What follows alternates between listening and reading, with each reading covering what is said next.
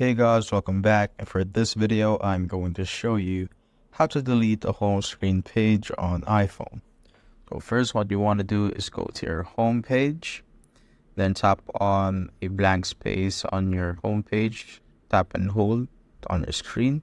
Once you see the wiggling on the apps right here, tap on the bar here at the top of the apps right here.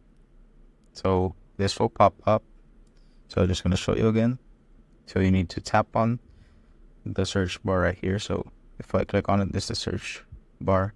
But if I hold on the screen and tap on it again, this will pop up. Now you can pick a home screen page that you want to delete. Let's say I want to delete this home screen. So what you want to do is open up this. Oops, let's go back.